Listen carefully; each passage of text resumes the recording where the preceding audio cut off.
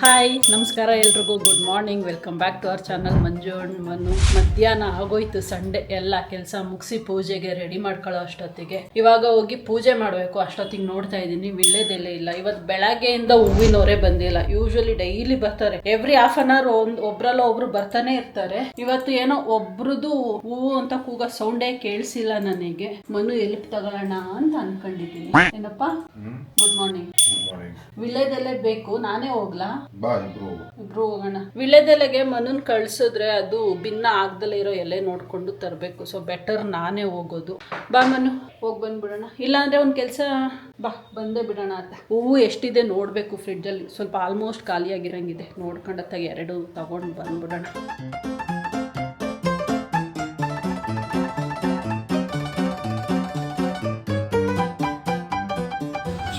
ಅಂಗಡಿ ತುಂಬಾನೇ ಒಳ್ಳೊಳ್ಳೆ ಐಟಮ್ಸ್ಗಳಿದೆ. ಅಂದರೆ ರೆಗ್ಯುಲರ್ ಆಗಿ ನೋಡೋ ತರಕಾರಿ, ಬಟ್ ನನಗೆ ಇಂಟ್ರೆಸ್ಟ್ ಬಂದಿದ್ದು ಇಲ್ಲಿ ಫ್ರೂಟ್ಸ್ ತುಂಬಾ ಚೆನ್ನಾಗಿದೆ. ಫ್ರೂಟ್ಗಳೆಲ್ಲ ಇಲ್ಲಿ ಬೇಕಾಗಿರೋ ಫ್ರೂಟ್ಸ್ ಮನೇಲಿ ಅಳಸ್ನೇನೆ ಮಾವಿನ ಅಂತಿದ್ದಲ್ಲ, ತಗೊಳಂಗಿತ್ತು. ಅದು ಮುಗಿದ್ಮೇಲೆ ತಗೊಳ್ಳೋಣ. ಫಸ್ಟ್ ಅಳಸ್ನೇನು ಕಾಲ್ ಮಾಡೋಣ.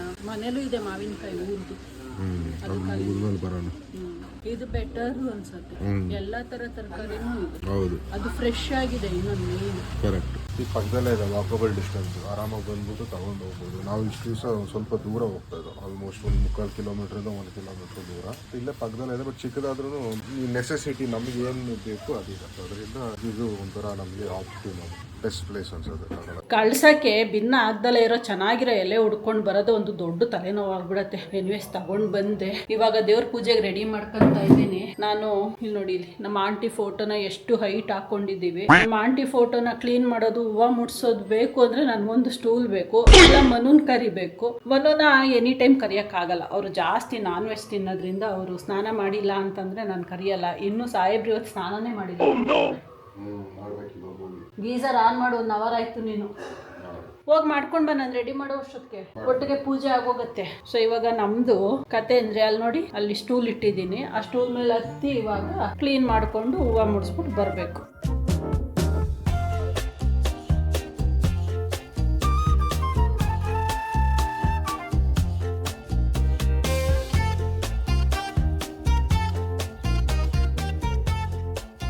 ಇವಾಗ ಜಸ್ಟ್ ಪೂಜೆ ಎಲ್ಲ ಮುಗೀತು. ಪೂಜೆ ಮುಗಿಸಿ ಒಂದು 5 ನಿಮಿಷ ಕೂತ್ಕೊಂಡಿದ್ದೆ. ಆಹಾ, ಸಾಂಬ್ರಾಣಿ ಹೊಗೆ ಬರ್ತಾ ಇದ್ರೆ ಎಷ್ಟು ಚೆನ್ನಾಗಿ ಅನ್ಸುತ್ತೆ. ಇವಾಗ ಕಿಚನ್ಗೆ ಹೋಗ್ತಾ ಇದ್ದೀನಿ ಅಡುಗೆ ಮಾಡೋಣ ಅಂತ. ಅಮ್ಮ ಊರಿಂದ ಬರ್ತಾ ಒಬ್ಬಟ್ಟದು ಹೂರ್ಣ ಮತ್ತೆ ಮಸಾಲೆ ವಡೆ ಹಿಟ್ಟು ಎಲ್ಲ ತಂದಿದ್ರು. ಮೊನ್ನೆ ನಾನ್ ವೆಜ್ ಮಾಡಿದ್ನಲ್ಲ, ಹಾಗಾಗಿ ಎತ್ತಿಟ್ಬಿಟ್ಟಿದೆ ಫ್ರಿಡ್ಜ್ಗೆ. ಏನು ಸಂಡೇ ಮಂಡೇ ನಾವು ವೆಜಿಟೇರಿಯನ್ ಅಲ್ವಾ, ಮಾಡ್ಕೊಳ್ಳೋಣ ಇವತ್ತು ಅಂತ. ಬೆಳಗ್ಗೆ ಮೈದಾ ಹಿಟ್ಟು, ಮೈದಾ ಅಲ್ಲ, ನಾನು ಚಿರೋಟಿ ರವೆ ಯೂಸ್ ಮಾಡೋದು. ಆ ಚಿರೋಟಿ ರವೆನ ಕಲ್ಸಿಡೋದೇ ಮರ್ತ್ಬಿಟ್ಟಿದ್ದೀನಿ. ಇವಾಗ ನೆನಪಾಗ್ತಾ ಇದೆ ನನಗೆ. ಇವಾಗ ಫ್ರಿಡ್ಜಿಂದ ಇದನ್ನೆಲ್ಲ ಹೊರಗಡೆಗೆ ಎತ್ತಿಟ್ಟಿದ್ದೀನಿ. ಇವಾಗ ಅದನ್ನೆಲ್ಲ ಮಿಕ್ಸ್ ಮಾಡಿಕೊಂಡು ಸಾಂಬಾರಿಗೆ ಇಡಬೇಕು. ಅಷ್ಟೊತ್ತಿಗೆ ವಿಳೆದೆಲೆ ತರಕ್ ಹೋಗಿದ್ನಲ್ಲ, ಜೊತೆಗೆ ಹಾಲು ತಗೊಂಡ್ ಬಂದಿದೆ. ಕಾಯಕ್ಕಿಟ್ಟಿದೆ, ಸಿಮ್ಮಲ್ಲಿ ಇಟ್ಟೋಗಿದ್ದೀನಿ. ಆದ್ರೂ ನೋಡಿ ಫುಲ್ ಎಲ್ಲ ಉಕ್ಕೋಗಿದೆ ಇವಾಗ ಸ್ಟವ್ ಮೇಲೆ. ಇದನ್ನೆಲ್ಲ ಕ್ಲೀನ್ ಮಾಡ್ಕೊಂಡು ಆಮೇಲೆ ಬಾಕಿ ಕೆಲಸ ಮಾಡ್ಬೇಕು. ಇವಾಗ ಹಿಂಗೆ ಒಂದಕ್ಕೊಂದು ಕೆಲಸ ಒಂದೊಂದ್ಸರಿ ಅಂಟಾಕೊಂಡು ಹೋಗ್ತಾ ಇರತ್ತೆ. ಆವಾಗ ಮಾಡಕ್ಕೆ ಮೂಡೇ ಇರಲ್ಲ. ಕ್ಲೀನ್ ಮಾಡಿದ್ದೆ ಪದೇ ಪದೇ ಮಾಡ್ಬೇಕು ಅಂತಂದ್ರೆ ಅಯ್ಯೋ ಅನ್ಸತ್ತೆ. ಮನು ಇವಾಗ ಹೋಗಿದ್ದಾರೆ ಸ್ನಾನಕ್ಕೆ. ಸೊ ಹೋಗೋಣ, ಬೇಗ ಕುಕ್ಕಿಂಗ್ ಎಲ್ಲ ಮುಗಿಸಿ ಬಂದ್ಬಿಟ್ರೆ ಇವತ್ತಿಂದು ದಿನದ ಎಲ್ಲ ಕೆಲಸನೂ ಮುಗೀತು. ನಂದು ಸಂಜೆ ತನಕ ಇನ್ನೇನು ಕೆಲಸ ಇರಲ್ಲ.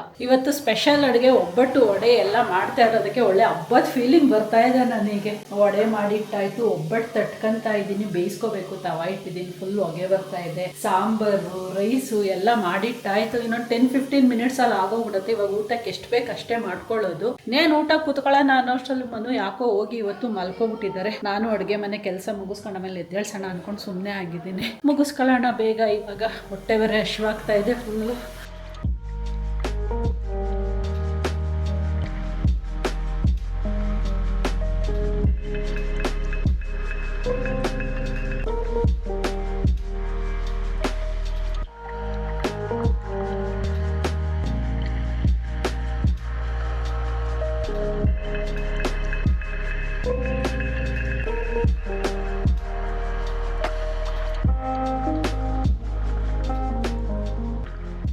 ಊಟ ರೆಡಿ ಮಾಡಿ ಇಟ್ಟಿದ್ದೀನಿ. ಇಷ್ಟೆಲ್ಲ ಮುಗಿಸಿದ್ರು ಮನು ಇನ್ನೂ ಎದ್ದಿಲ್ಲ. ಹೋಗಿ ಎದ್ದೇಳ್ಸೋಣ. ಟೈಮ್ 3 ಗಂಟೆ ಆಯಿತು. ಎಷ್ಟೊತ್ತಿಗೆ ಮಲ್ಕೊಂಡ್ರು ಏನೋ. ಮನು ಎದ್ದೇಳಪ್ಪ. ಊಟ ಬೇಡವಾ? ಏಕೆ? ಏನು ಮಧ್ಯಾಹ್ನ ಟೈಮ್ ಮಲಗ್ಬಿಟ್ಟಿದೆಯಾ ಇವತ್ತು? ಎದ್ದೋ ಊಟ ರೆಡಿ ಆಯಿತು. ಎದ್ ಬರ್ತೀಯಾ ತಟ್ಟ ಆಡ್ಕೊಂಡು ಬರ್ತಾವ್ರೆ. ಹೋಗಿ ಮುಖಕ್ಕೆ ನೀರು ಹಾಕೊಂಡ್ ಬಾ. ಯಾವ ನೀರು ಇಲ್ಲ ಕೊಡೋಂಗೆ. ಯಾಕೆ ಮಧ್ಯಾಹ್ನ ಟೈಮ್ ಮಲ್ಗಲ್ಲ ಅಂದ್ಬಿಟ್ಟು ಮಲಗ್ಬಿಟ್ಟಿದ್ಯ ಇವತ್ತು? ರಾತ್ರಿ ಮಲಗಿಲ್ಲ, ಇವಾಗ ದಿನ ಅದೇ ಕತೆ. ಇದೊಂದು ಲಾಸ್ಟ್ ಒಬ್ಬಟ್ಟು ಅಮೀಬಾ ಶೇಪ್ ಆಗೋಗ್ಬಿಡ್ತಿದ್ದು, ಅದಕ್ಕೆ ಇದು ನಾನೇ ತಗೊಂತೀನಿ.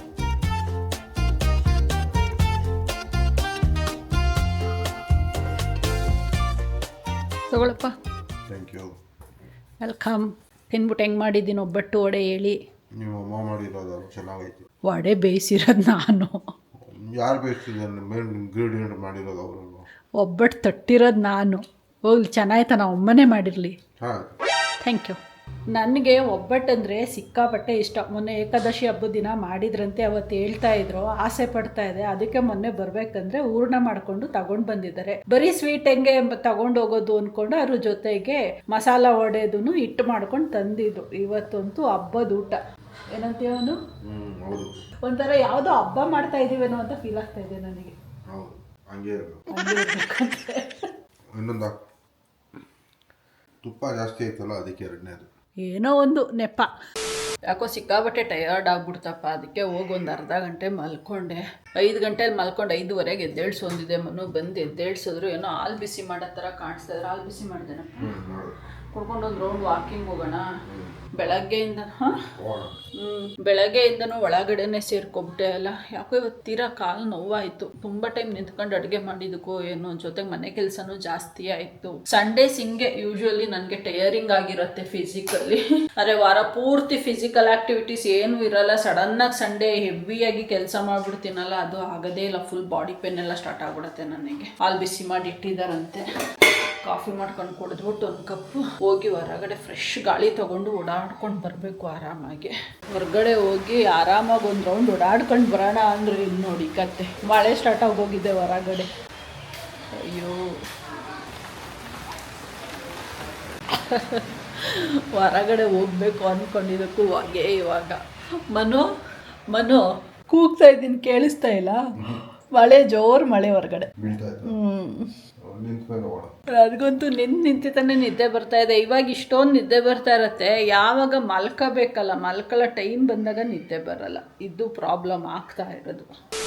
ನೀ ದಪ್ಪ ದಪ್ಪ ಬಿದ್ದಿದ್ದು ನೋಡಿ ಎಲ್ಲಿ ಮಳೆ ಜೋರಾಗಿ ಬಂದ್ಬಿಡತ್ತಪ್ಪ, ಹೊರಗಡೆ ಹೋಗೋಕ್ಕಾಗಲ್ವೇನೋ ಅಂದ್ಕೊಂಡಿದ್ದೆ. ಸದ್ಯ ಅಷ್ಟೇ ಹಂಗೆ ಸೋನೆ ಅಂತಂಗಂತೂ ನಿಂತೇ ಹೋಯ್ತು. ಸೊ ಹಂಗಾಗಿ ಹೋಗಿ ಬರೋಣ ಹೊರಗಡೆಗೆ ಅನ್ಕೊಂಡು ಹೋಗ್ತಾ ಇದ್ದೀವಿ. ಎಲ್ಲಿಗೆ ಹೋಗ್ತಾ ಇದ್ದೀವಿ ಮನು?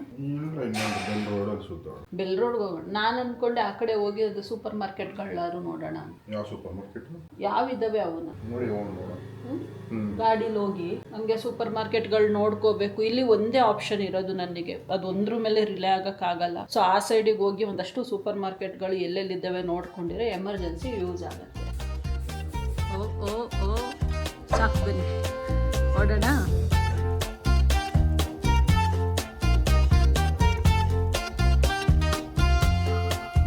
ಬಂದಿದ್ದಕ್ಕೆ ಇಲ್ಲೊಂದು ಸ್ಮಾರ್ಟ್ ಬಜಾರ್ ಕಾಣಿಸ್ತು. ಇದೊಂದೇ ಈ ರೋಡಲ್ಲಿ ಕಾಣಿಸಿದ್ದು ನಮಗೆ ಸೂಪರ್ ಮಾರ್ಕೆಟ್ ಅಲ್ವಾ? ಹಾಂ, ಇದೊಂದೇ ಇರೋದು.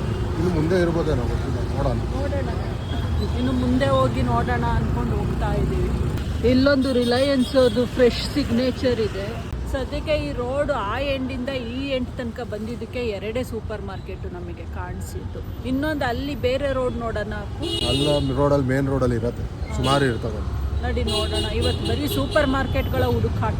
ಆದರೆ ಏನು ತಗೊಳ್ಳೋದಲ್ಲ, ನೋಡ್ಕೊಂಡು ಇಟ್ಕೊತಾ ಇರೋದು. ಸೊ ಅವಾಗ ಯಾವುದು ನಿಯರೆಸ್ಟು ಅದಕ್ಕೆ ಹೋಗ್ಬೋದು ಅಂತ. ಇನ್ನೊಂದು ಆ ಕಡೆ ಅಲ್ಲಿ ನಿಯರೆಸ್ಟ್ ಇತ್ತು, ನಾವು ಮೊದಲು ಹೋಗ್ತಾ ಇದ್ದಿದ್ದು. ಅಲ್ಲಿ ಪ್ರಾಬ್ಲಮ್ ಅಂದರೆ ಪಾರ್ಕಿಂಗ್ ಸಿಗಲ್ಲ. 2 ವೀಲರ್ ಪಾರ್ಕಿಂಗ್ ಕೂಡ ಎನಿ ಟೈಮ್ ಸಿಗಲ್ಲ ಅಲ್ಲಿ, ಅದು ಪ್ರಾಬ್ಲಮ್.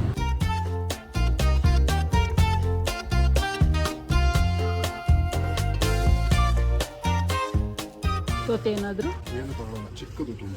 ಅಲ್ಲಿ 2 ಫ್ಲೋರ್ ಇರೋದು, 3 ಫ್ಲೋರು. ಅಲ್ಲಿ ಒಂದು 3-4 ನೋಡ್ಕೊಂಡಿದ್ದೀವಿ. ಸೊ ಇದರಲ್ಲಿ ಎಲ್ಲ ಆಲ್ಮೋಸ್ಟ್ ಸೇಮ್ ಡಿಸ್ಟೆನ್ಸ್ಗಳಲ್ಲೇ ಇದೆ. ಸೇಮ್ ಎಲ್ಲ ಒಂದೊಂದೇ ಫ್ಲೋರಲ್ಲಿ ಇಟ್ಟಿದ್ದಾರೆ. ಬೇಸಿಕ್ ಏನು ಬೇಕೋ ಅದೇ ಸಿಗೋದು. ಸೂಪರ್ ಮಾರ್ಕೆಟ್ ಹುಡ್ಕಕ್ಕೆ ಅಂತ ಹೋಗಿ ಅಲ್ಲೇ ವಿಂಡೋ ಶಾಪಿಂಗ್ ಮಾಡಿಕೊಂಡು ಸುಮಾರು ಅಂಗಡಿಗಳನ್ನ ಚೆಕ್ ಮಾಡ್ಕೋಬೇಕಿತ್ತು. ಎಲ್ಲೆಲ್ಲಿದೆ, ಏನೇನು ಪ್ರೈಸ್ ರೇಂಜ್ಗಳಿದೆ ಅಂತ ಅದೆಲ್ಲ ಮಾಡ್ಕೊಂಡು ಬಂದ್ವಿ. ಏನಪ್ಪಾ ಸುಸ್ತಾಯ್ತಾ? ಫುಲ್ ಸ್ವೆಟ್ಟಿಂಗ್ ಅಲ್ಲ. ಕಂಪ್ಲೀಟ್ ವಾಕಿಂಗ್ ಹೋಗಿದ್ವಿ, ಆ ಕಡೆಯಿಂದ ಬಂದು ಗಾಡಿ ನಿಲ್ಲಿಸ್ಬಿಟ್ಟು ಪುನಃ ಹೋಗಿದ್ವಿ. ವಾಕಿಂಗು ಆಗತ್ತೆ, ಹಂಗೆ ವಿಂಡೋ ಶಾಪಿಂಗು ಎಲ್ಲ ಆಗತ್ತೆ ಅಂತ ಅನ್ಕೊಂಡು ಇವಾಗ ಈ ರೋಡೇ ಆಗೋಗ್ಬಿಟ್ಟಿದೆ ನಂದು ವಾಕಿಂಗ್ ಅಡ್ಡ. ಡೈಲಿ ನೈಟು ನಂದು ಆಫೀಸ್ ಮುಗಿದ್ಮೇಲೆ ಒಂದ್ಸರಿ ಹೋಗ್ಬೇಕು, ಫುಲ್ ಖಾಲಿ ಹೊಡಿತಾ ಇರತ್ತೆ ಒಂದ್ಸತಿ. ಏನಿರಲ್ಲ, ಪ್ಲೈನ್. ಇನ್ಸೈಡ್ ಹೋದ್ರೆ ಎಲ್ಲ ಓಪನ್ ಇರುತ್ತೆ. ಈ ಕಡೆಗೆ ಸ್ಟೂಡೆಂಟ್ಸ್ಗಳು ಇರ್ತಾರಲ್ಲ, ಮಿಡ್ ನೈಟ್ 1 o'clock 2 o'clock ತನಕನೂ ಸೊ ಓಪನ್ ಇರುತ್ತೆ. ಒಂದು ಫುಲ್ ಸುಸ್ತಾಗೋಯ್ತು, ಕಾಲು ನೋವು ಸ್ಟಾರ್ಟ್ ಆಗೋಯ್ತು. ಇವಾಗ ಕೂತ್ಕೊಂಡು ನೀರು ಕುಡಿತಾ ಇದ್ದೀನಿ. ಅಷ್ಟೊತ್ತಿಗೆ ಒಂದು ಕಾಸ್ಮೆಟಿಕ್ಸ್ ರ್ಯಾಕ್ ನೋಡಬೇಕು ಅಂತ ಇದ್ವಲ್ಲ, ಅದು ಬುಕ್ ಶೆಲ್ಫ್ ಥರ. ಸೊ ಅಲ್ಲಿ ಹೋಗಿ ವಿಚಾರಿಸಿದ್ವಿ, ಅವ್ರು ಬಂದು ಮೆಷರ್ಮೆಂಟಿಗೆ ತಕ್ಕಂಗೆ ನೋಡ್ಬಿಟ್ಟು ಪ್ರೈಸ್ ಹೇಳ್ತೀನಿ, ಆಮೇಲೆ ಡಿಸೈಡ್ ಮಾಡಿ ನೀವು ಅಂತ ಹೇಳಿದ್ದಾರೆ. ಇಲ್ಲಿಗೆ ಲೈಟ್ ಆಫೇ ಮಾಡಿಲ್ಲ ಮನು, ಹಂಗೆ ಬಂದವ್ರೆ. ಇಲ್ಲಿಗೆ ಇಡೋಣ ಅಂತ ಪ್ಲಾನಲ್ಲಿ ಇದ್ದೀನಿ. ಸೊ ದಟ್ ಇಲ್ಲೇ ಮಿರರ್ ಇರುತ್ತೆ, ನನಗೆ ಇಲ್ಲಿ ಡ್ರೆಸ್ಸಿಂಗ್ ಕಾಸ್ಮೆಟಿಕ್ಸ್ ಇಟ್ಕೊಳ್ಳೋದಕ್ಕೆ ಒಂದು ರ್ಯಾಕ್ ಸಿಗತ್ತೆ ಅಂತ.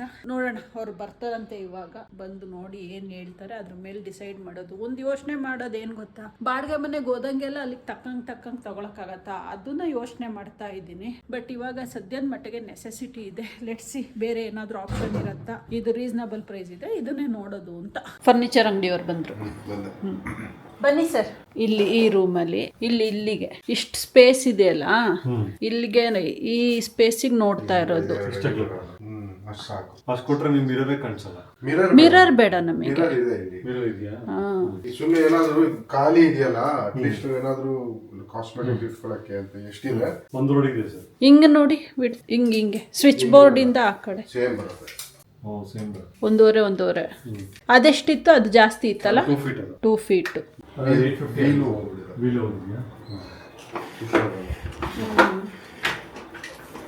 ಮನು ಚೇರ್ ರಿಪೇರಿ ಮಾಡ್ಸಕ್ ನೋಡ್ತಾ.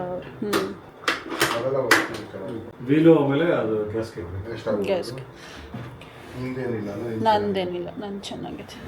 ನಾನು ಸ್ವಲ್ಪ ವೀಲ್ ಅದು ಇದು ಕೂದಲುಗಳು ಸಿಕ್ಕಾಕೊಂಡು 1200 ಮಾಡಿಸ್ಕೊಬಿಡು, ಬೆಟರ್.